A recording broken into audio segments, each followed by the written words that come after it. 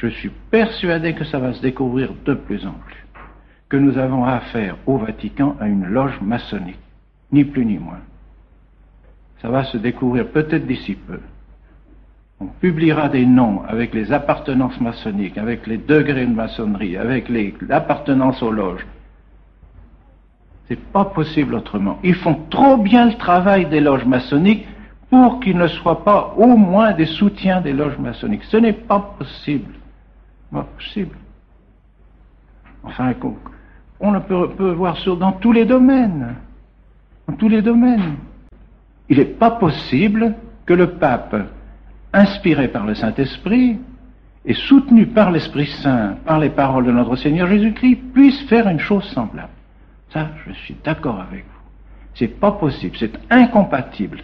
Cette destruction de l'Église, cette destruction du règne social de notre Seigneur Jésus-Christ, cette destruction de la foi catholique dans tous les domaines, tous les catéchismes, les universités, les écoles catholiques, les congrégations religieuses, les séminaires, qu'on regarde partout, c'est la destruction systématique de toute l'Église, voulue par toutes les réformes qui ont suivi le Vatican. Car le Vatican II n'a été, je dirais, qui a permis de faire les réformes. Ce qui devait être fait, c'est les réformes. Le Vatican II, sous des termes équivoques, a permis de se lancer dans les réformes. Et c'était ça qui était voulu.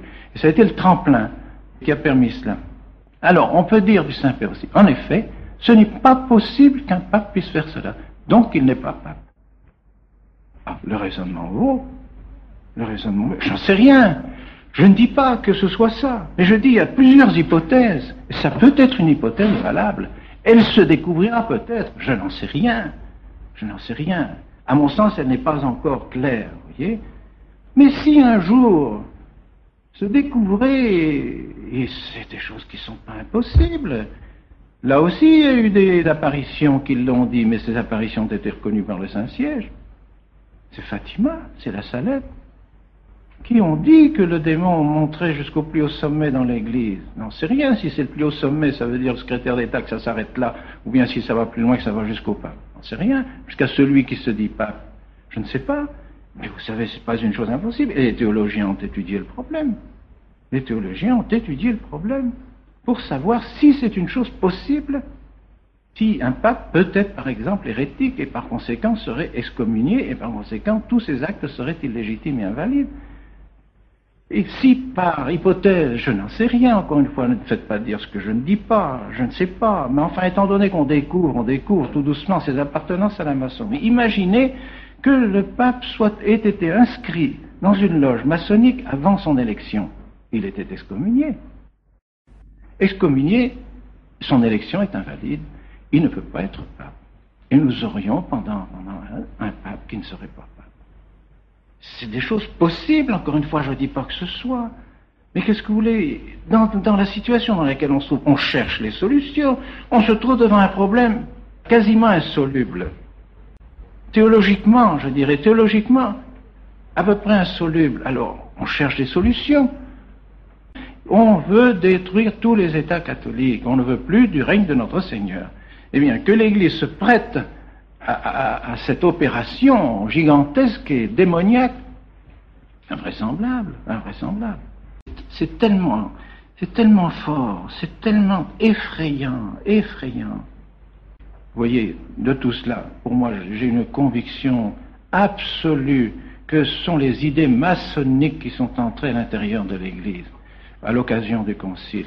Bon, le Concile a été équivoque, ils ont bien voilé tout ça, quoique vous voyez qu'il y a des textes quand même qui sont très forts, et on pourrait en prendre aussi dans Gaudium et Spes. Il y a des choses dans Gaudium et Spes absolument insensées, par exemple, l'indépendance de la culture profane. Il y a tout un chapitre sur la culture du Gaudium et Spes, n'est-ce pas, qui nous dit que la culture profane doit être indépendante de la religion. Alors, encore une fois, le règne de notre Seigneur, qui ne s'étend plus non plus sur la culture. L'homme peut se libérer, vous voyez, de la loi morale lorsqu'il fait, par exemple, de l'art ou des choses comme ça. La libération, toujours libération de notre Seigneur Jésus-Christ. On quitte notre Seigneur Jésus-Christ. Et ça, là, on l'a donc appliqué partout. Et quand le cardinal Suenens a dit à une réunion de théologiens, il y a 150 théologiens à Bruxelles, il a dit « Le concile, c'est 89 dans l'Église ». Ah, tiens, 89 dans l'Église. Tout ça, c'est symptomatique, c'est clair. Alors, moi, je souffre quand je pense que, quelquefois, même des prêtres de nos amis, ou très bien placés, très sympathiques, disent « Ah, non, ne dites pas de mal du concile, je vous en supplie, le concile, non, les réformes, l'interprétation du concile, tout ce que vous voudrez, mais pas le concile. » Non, enfin, c'est de l'enfantillage, voyons. C'est au nom du concile qu'ils font les réformes. Toutes les réformes ont été faites publiquement. Enfin, quand ils parlent de la réforme de la messe, quand ils parlent de la réforme liturgique, au nom du schéma tel, enfin de la constitution un tel, ou de la déclaration une telle, quand ils font encore une fois toutes les transformations dans la politique, c'est au nom de la liberté religieuse, au nom du schéma. Donc pour eux, ça ne fait pas de doute, pour eux c'est le concile qui a voulu toutes ces choses-là. Or ce sont eux qui ont fait le concile, ce sont eux qui l'ont dominé. Comme on pense que maintenant, on publie partout, on l'a vu, j'ai vu ça dans une revue allemande, encore je l'avais vu déjà dans une revue italienne de Rome, tout le pédigree maçonnique du cardinal Liénard. Publié maintenant, avec sa photo, en plein Rome, dans la revue Chiesa Viva. Une revue très, vous savez, très modérée, une revue, je dirais presque du genre de la pensée catholique ou quelque chose comme ça. Alors dans une revue comme ça, en plein Rome, photo du cardinal Liénard avec toutes ses appartenances, les degrés, quand il est passé d'un degré à l'autre, et les loges auxquelles il a fait partie, et tout ça. Voilà un homme qui a dirigé pratiquement le groupe libéral du Concile, et qui a dominé le Concile, et ceux-là étaient les amis du Saint-Père, il faut bien dire les choses comme elles sont. Cardinal Liénard, cardinal Frings, cardinal Suenens, c'était les amis du Saint-Père. Cardinal Döffner, c'est lui qui les a nommés modérateurs du concile, peut-être même pas dire le contraire. Que le Saint-Père le regrette peut-être maintenant, je ne sais pas, moi je ne suis pas dans la peau du Saint-Père, mais enfin c'est un fait en tout cas que c'était les amis du Saint-Père. Et nous avons été rejetés du concile, on peut dire. Nous qui avons défendu la tradition, les 250 qui défendaient la tradition, ont été pratiquement orphelins, on n'a jamais pu avoir un écho vrai auprès du Saint-Père. Le cardinal Larraona a fait toute une lettre que j'ai là et que je voudrais publier prochainement avec la réponse du Saint-Père au moment du concile, au point de vue de la collégialité, montrant le danger de la collégialité, qui est encore une démocratisation d'épiscopat. Il a montré le danger. Le Saint-Père a répondu toute une lettre en disant « je vois pas ce que vous voulez dire ». Et puis, malgré tout, la majorité des évêques est pour, par conséquent. Alors, qu'est-ce que ça signifie, la majorité des évêques? C'est effrayant. Alors, le cardinal Larraona a été persécuté après par le Saint-Père. Il est mort de chagrin aussi, ce pauvre cardinal Larraona. Persécuté, comme le pauvre cardinal Ottaviani, qui au fond maintenant est retiré, mais doit mourir de chagrin de voir tout ce qui se passe également. Mis de côté, le cardinal Palazzini, qui a été nommé aussi pour l'éloigner de la congrégation du clergé, également. On l'ignore, il n'est rien à Rome. Le cardinal Audi, la même chose. Tous ceux qui sont traditionnalistes sont écartés, pas de fonction, et malheureusement, il faut dire, je trouve, tous bouche close. N'est-ce pas? Alors, comme me disait le cardinal Stafford, mais attendez, taisez-vous, attendez, ça va changer, ça changera, attendez, pourquoi vous excitez, pourquoi faire, n'est-ce pas, manifester votre désapprobation, tout ça. Et puis pendant ce temps-là, vous êtes derrière votre bureau, évidemment, c'est pas difficile, vous êtes derrière votre bureau, vous attendez, vous dites encore 2-3 ans, puis ça changera, n'est-ce pas? Vous êtes tranquillement derrière son bureau président de la signature apostolique, et puis pendant ce temps-là, les millions d'âmes se perdent.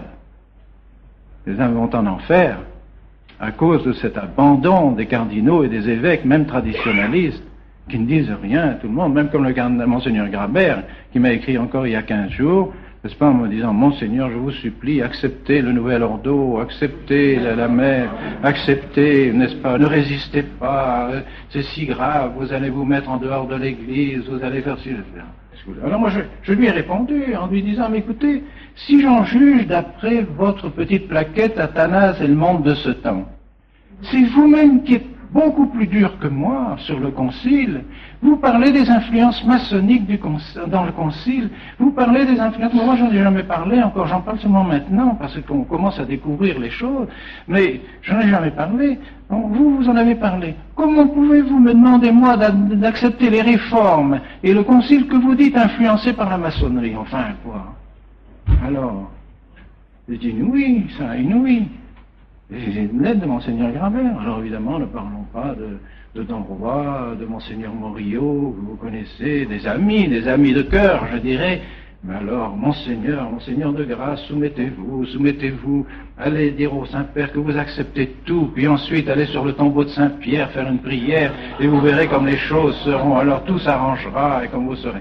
Oui, comme vous disiez, Monseigneur Benelli, qui m'a dit, Monseigneur, faut signer, que vous vous êtes trompé, que vous acceptez le concile, que vous acceptez toutes les réformes post-conciliaires, que vous acceptez toutes les directives de Rome, que vous acceptez la nouvelle messe, et voilà, il m'a mis dans les mains un missel de Novus Ordo, et puis que vous acceptez d'entraîner derrière vous tous vos adeptes, qui disent, mais j'ai pas d'adeptes, moi, j'ai pas d'adeptes, comment, tous ceux qui vous suivent, je dis, ils me suivent pas, ils sont tous dans la même situation que moi, c'est-à-dire ils se trouvent devant une situation dans l'Église qui est intolérable et qui est inacceptable, on ne peut pas perdre la foi, on ne peut pas devenir protestant, alors tout le monde réagit, et il se trouve que, étant évêque, évidemment, ayant un séminaire, je suis un petit peu élevé comme évidemment, un phare un peu dans l'océan. Alors les gens qui pensent comme nous, évidemment, se regroupent un peu, et Cône devient un peu un signe, mais c'est pas moi qui les ai fait penser ce qu'ils pensent, eux-mêmes sont assez intelligents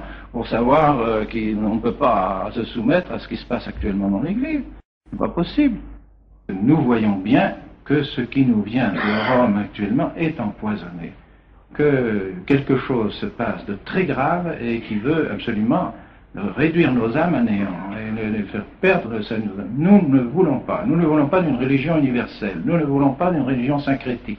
Nous ne voulons pas d'une sorte de religion moitié maçonnique, moitié je sais pas quoi, enfin sentimentale, n'est-ce pas, qui nous unirait à tous les hommes de toutes les religions et tout ça. Nous n'en voulons à aucun prix, aucun prix.